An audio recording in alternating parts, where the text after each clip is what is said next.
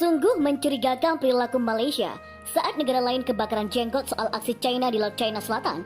Mengapa negara itu justru diam saja? Konflik antara China dengan berbagai negara di Laut China Selatan soal kepemilikan wilayah telah lama menjadi perhatian banyak pihak.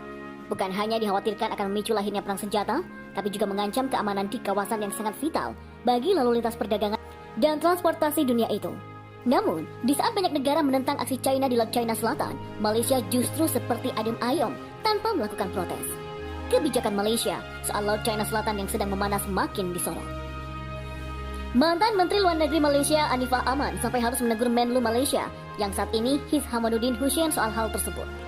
Terlebih, Amerika Serikat semakin mengeraskan posisinya untuk melawan China atas jalur perairan yang disengketakan tersebut. Anifah yang adalah Menteri Luar Negeri selama 9 tahun hingga jatuhnya pemerintahan mantan pemimpin Malaysia Najib Razak dalam pemilihan Mei 2018 lalu memperingatkan Hishamuddin pada hari Kamis karena mengatakan kapal-kapal China tak menyusup ke perairan Malaysia selama 100 hari terakhir. Padahal, gambar dan penampakan satelit sudah jelas menunjukkan hal yang sebaliknya. Saya terkejut dengan pernyataan Menteri. Dia bisa menyangkal atau tidak mengetahui fakta. Lebih buruk lagi, ia bermain politik dengan kepentingan maritim dan juga strategis Malaysia, kata Anifah. Hishamuddin sendiri menjadi Menlu Malaysia sejak pada bulan Maret. Sebelumnya ia adalah Menteri Pertahanan saat pemerintahan Najib. Dia mengatakan pada hari Rabu bahwa dalam 100 hari pertamanya di kantor, kapal Tiongkok belum terlihat di perairan kita. Jadi bagaimana kita mengatur ini? Ini adalah antara kami dan kepemimpinan China. Pendirian saya sangat jelas. Kami tidak akan berkompromi dengan kedaulatan kami, kata dia, seperti yang dikutip oleh kantor berita nasional bernama. Malaysia dan Brunei adalah 2 dari 4 negara Asia Tenggara yang menentang klaim ekspansif Beijing di Laut China Selatan yang tiap tahunnya dilewati arus perdagangan senilai 3,4 triliun dolar Amerika setiap tahun.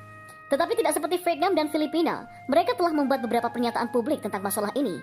Bahkan, ketika Beijing membangun pulau buatan dan mengirim penjaga pantai dan kapal penelitian ke daerah yang kaya sumber daya untuk memperkuat klaimnya.